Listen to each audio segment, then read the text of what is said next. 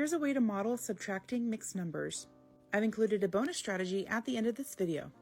I'll first model 2 1/3. When we're subtracting fractions, students need to understand that we can only subtract fractions when they have the same unit.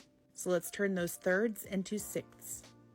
And now that 2 1/3 has turned into the equivalent fraction of 1 8/6.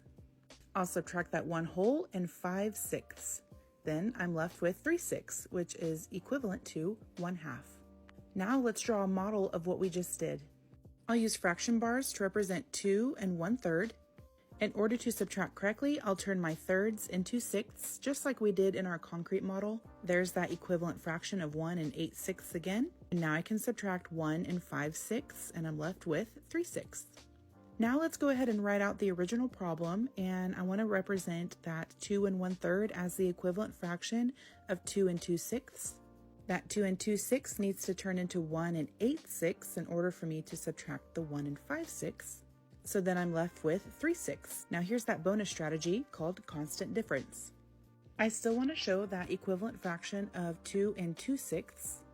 I'm going to add 1/6 to each mixed number. When I do that, I'm left with a friendlier subtraction sentence. So now my original problem has turned into 2 3/6 minus 2, which is just 3/6.